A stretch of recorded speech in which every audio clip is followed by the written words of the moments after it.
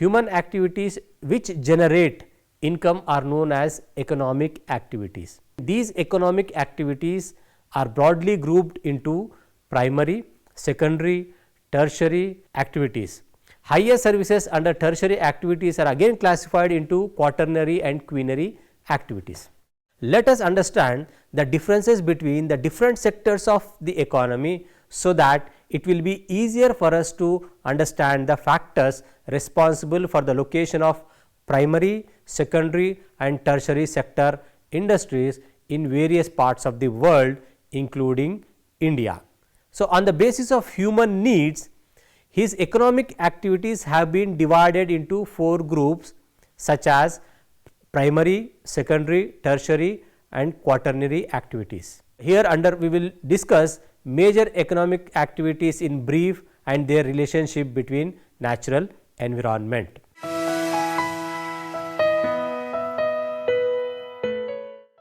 To quote Van Rooyen and Bengston, economic activities may be broadly defined as various pursuits whereby man earns the means to satisfy his economic, social and industrial needs. The early man was a food gatherer and hunter. He collected edible shellfish on mudflats and beaches, picked fruits from trees and bushes and gathered root and rootstocks from other plants. Occasionally, he preyed upon animals for food. Still later, with improved equipment, he began to fish and hunt systematically. Through these economic activities, man sought to assure himself of food and clothing, but these activities yielded him little beyond the bare necessities for subsistence and for the continuation of the human race, and left him no leisure to enjoy any of the higher things of life. Beginning with these elemental activities of gathering and hunting, man through the ages gradually built our present day complex economic structure. Present day man's economic activities can be organized into a number of groups. Each group operates within closely defined limits set partly by man and partly by nature.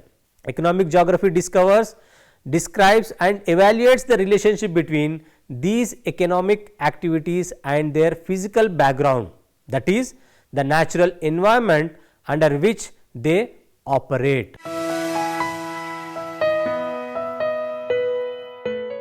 The classification of human activities or occupations are generally classified into 5 groups.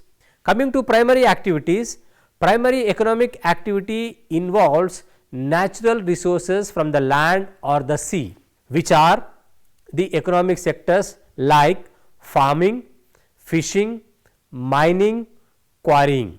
In developing countries, most people, that is about 75% on an average, work in primary sectors. In developed countries, very few people, around 10% on an average, work in primary sectors. The natural sources can be of 2 types: renewable resources, the resources that can be used over and over again with careful management, they will not run out, and next the non-renewable resources which can only be used once. Each time such resources are used, less of that resource is left for the future. Non-renewable resources will eventually run out. So, the frequency of primary activity indicates the initial stage of economic development of a country. It has a great role in earning foreign remittance, and the people who are involved in these primary activity are usually called as red collar workers. Coming to secondary occupation, this category includes those occupations whereby resources from primary occupations are processed into more valuable products. So, like developed mining, specialized agriculture, specialized animal industries, commercial fishing, manufacturing industries, etc., which belong to this group of occupation. This involves the transformation of raw material into goods. Secondary activity is mainly associated with manufacturing and industry, and the best example here are textiles, leather industry, ceramic industry, cash crop industry, etc.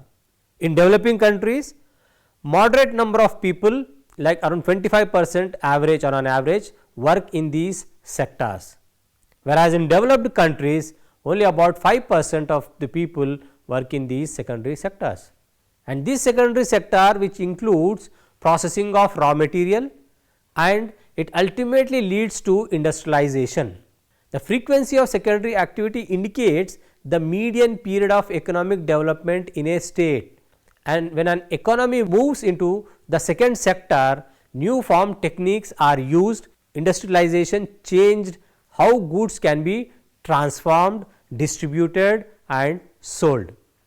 It has a great role in earning foreign remittance, and the people usually called as blue collar workers. Coming to the tertiary occupation, these occupations involve the consumption of resources, that is products, through the exchange of goods and include transportation, trade and commerce and banking, communication, etc. The tertiary sector involves the supplying of services to consumers and businesses. This sector provides services to the general population and businesses, which include retail, sales, transportation and restaurants. The type of workers in these sectors include such as restaurant bartenders, accountants, pilots, etc. The frequency of tertiary activity indicates the mature period of economic development in a state. In developing countries, a few people, about 10% of average, work on tertiary sector, whereas in developed countries most people, about 65% on an average, work in tertiary sector. The tertiary sector indicates a competition in international business sector. The tertiary jobs are called as white collar jobs. So, now what is quaternary occupation? Quaternary activities are specialized tertiary activities in the knowledge sector, which demands a separate classification. There has been a very high growth in demand for the consumption of information based services, from mutual fund managers to tax consultants, software developers and statisticians. Personnel working in office buildings, elementary schools, university classrooms, hospitals and doctors, offices, theatres, accounting and brokerage firms all belong to this category of services. Like some of the tertiary functions, quaternary activities can also be outsourced. They are not tied to resources affected by the environment or necessarily localized by market. It is a knowledge based sector wherein computing knowledge, ICT expertise, scientific researches, etc. are included. The developing countries have almost 1 or less than 1% of these sectors. Developed countries have a notable percentage of quaternary sectors, which includes a permanent stability and richness of economy of a country. The decision making and planning activities are enhanced in this sector. The development of this sector leads to quinary economic activity, which is based on decision making actions. Coming to the quinary occupation, quinary activities are services that focus on the creation, rearrangement and interpretation of new and existing ideas, data interpretation and the use and evaluation of new technologies, which is often referred to as gold collar professions. They represent another subdivision of the tertiary sector, representing special and highly paid skills of senior business executives, government officials, research scientists, financial and legal consultants, etc. Their importance in the structure of advanced economies far overweighs their numbers. The highest level of decision makers or policy makers perform quinary activities.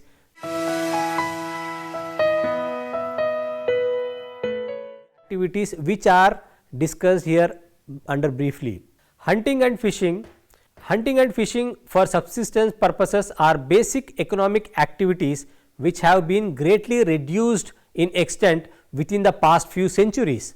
This change has been largely due to the colonization of Australia and New Zealand by the Europeans, the settlement of the New World by the white people and the Negroes, and the occupation of Africa by the colonial powers. Subsistence hunting and fishing now survive in parts of South America, Africa, North America, North Asia and North Australia. But the importance of these economic activities is decreasing steadily. At present, commercial hunting includes trapping and commercial fishing are more significant activities. Although the former is on the decline, the reasons for this change are the gradual shrinkage in the area suitable for the propagation of large number of wild animals and destructive nature of commercial hunting. The hunting of bison for subsistence prevalent in the Great Plains of USA as late as 19th century has ceased as an economic activity. Trapping of fur bearing animals, once a flourishing business in North Canada and the USA, has also declined. Commercial hunting of elephants for ivory in Africa is also on the wane. Commercial fishing, both inland and marine, is widely practiced all over the world. It has, however, resulted in a rapid depletion of the fish population. Several countries are now giving more attention to fish farming in ponds, lakes and streams. Fish culture is an important industry in China, Japan and Indonesia, and it provides much needed food for the dense population of these countries. Commercial marine fishing is a dominant economic activity in the middle and higher altitudes. Agriculture. Agriculture was perhaps the first economic activity of the man that led to cooperation, division of labor and organization in the society. The term agriculture in its broadest sense refers to all men's activities related to the cultivation of the soil and to those activities that are directly dependent upon the soil, such as the raising of the livestock. Agriculture depends on natural conditions, that is climate, soil, land, etc. These natural conditions differ from region to region and reflected in the variety of crops throughout the world. Agriculture activities are carried on two levels, subsistence and commercial subsistence. Agriculture caters to the local wants and needs. In its earliest stages, all agriculture was subsistence in nature. This type of agriculture is still practiced in most countries of the world which are densely populated. It is also characteristic of areas where people are few and where transportation facilities are lacking. Commercial agriculture denotes specialization in the production of agricultural products and exchange of surpluses for produced for the many other needs of the producers. Most of the developed countries practice commercial agriculture. Modern transportation facilities greatly facilitated the possibilities of exchange surpluses. Coming to forestry, for thousands of years man has been exploiting forest to satisfy his basic needs for fuel, timber, etc. Man has cleared vast stretches of forest to gain agricultural land. In some regions, even the steep slopes have been deforested as a result of the overgrowing demands of fuel for fuel of the multitudinous population. The process of deforestation is still continuing. Even the dense tropical rainforest in parts of Africa are shrinking at such a faster rate that it has become necessary to protect forest from wanton destruction. The need for conservation of forest to preserve existing supplies for the future and the creation of new supplies by careful planning is one of the greatest issues confronting forestry in many parts of the world today. Conservation of forest is also necessary to control and to prevent erosion of the slopes. Forestry may be broadly divided into logging and searching for forest products like pine, fir, spruce, cedar, poplar and beech are among the most important species for logging purposes. Gums, resins, latex cork, tannin and wild nuts are the examples of the forest products. Forests are found in humid areas. Forests become open, smaller and stunted towards the drier region. Despite low precipitation in the northern parts of North America and Eurasia, there are extensive forests because of cool summers and evaporation. Coming to mining, quarrying and drilling are the most common methods for extracting minerals from the earth. Mining may be near the surface or underground.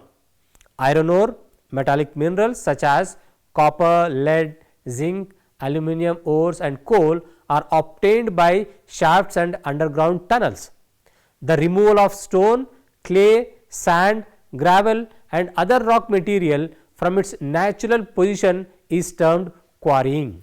Petroleum, natural gas, sulfur etc. are obtained by drilling and pumping. Mining, quarrying and drilling are all extractive industries. Mineral resources are scattered widely over the earth in areas of limited extent. Exploitation of mineral resources therefore shows a pattern of irregular design which is characterized by small districts of intense activity and concentrated population. Mineral exploitation is less dependent upon the conditions of natural environment than agriculture or forestry.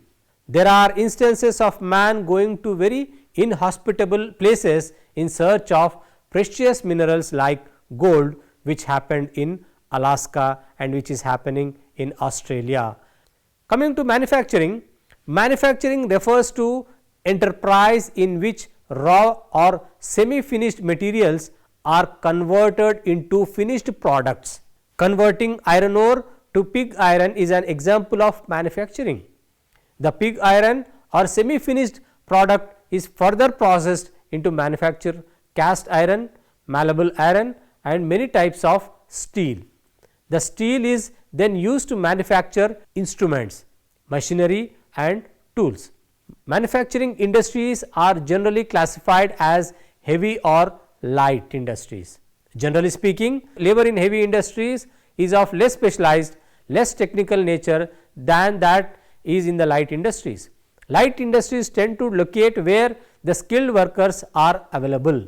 Manufacturing is carried on in areas of considerable population densely where markets are available.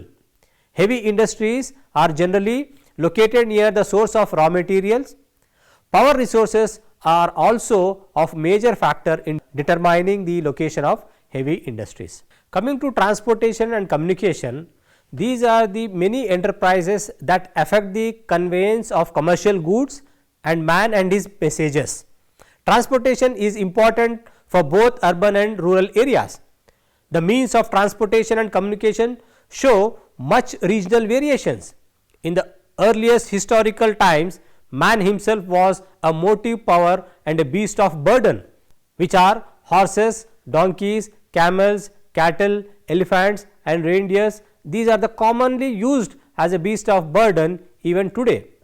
Modern means of transportation utilize power obtained from fossil fuels and water by means of steam, electric, diesel, gasoline or jet engines. Voyages earlier requiring months can now be completed within a few hours only. The primitive methods of travel and transportation are greatly affected by physical condition. Even modern railroad and airlines are dependent on physical condition such as relief and gradient. Airlines need to take weather into account. Local weather and terrain must be considered in location of airports. Coming to commerce, commerce industry is orderly exchange of goods and that is buying and selling, import and export, houses, exchanges, shipping agencies, wholesale establishment, banks, insurance companies, retail business etc. are the most common institutions carrying on the commerce.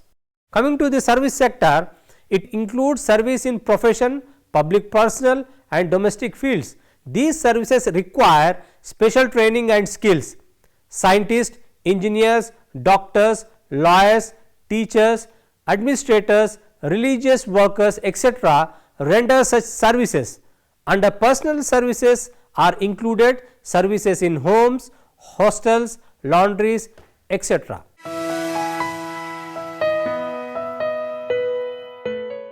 Man in a primitive society is more directly dependent on his physical and natural environment than his counterpart in an advanced society. In the realm of agriculture, the factors of moisture, temperature, winds, sunshine and length of growing season are of vital importance to production. These factors determine the kind of crops that can be grown in a region. Landforms are important for making proper use of them. Floodplains may be suitable meadowland, but often are not safe for village agriculture. Stream terraces generally make good cropland and also highly suitable for irrigation purposes. Highly dissected hilly lands with steep slopes may be suitable only for grazing for forestry. Climate is perhaps the most effective geographical factor. It not only affects the health of man, but also his mode of life. Many of man's activities are also influenced by climate. It determines the kind of crops and animals in a region. Agriculture in particular responds directly to climatic factors. Favorable climate ensures higher production. Climate differences reflect in food, clothing and shelter also. Differences in climatic condition are one of the most fundamental basis of trade, both domestic and international. People can exchange goods they produce under different climatic condition.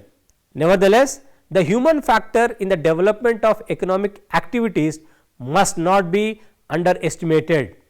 Man himself is a potent geographical factor. He has cleared forest, replaced the prairies and steppes grasslands with grain farms, changed the courses of streams and cut tunnel through mountains. He has altered the natural environment in large cities and built up huge buildings and streets. He has created cultural landscapes. In fact, there is hardly any natural landscape in the world which does not bear the imprint of man. The cultural landscapes imply a complete fade out of the features of the original natural landscape and their replacement by man-made feature.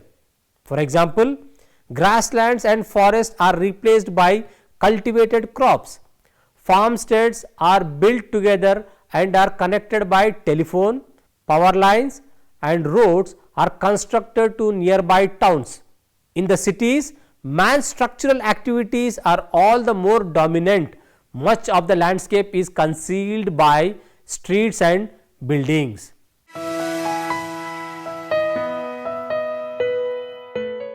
We have discussed the basic aspects of human activity, and now different activities determine the level of development of a state. In today's world, people are more involved in tertiary and quaternary and quinary sectors as discussed, and in the next class we will discuss about various types of activities in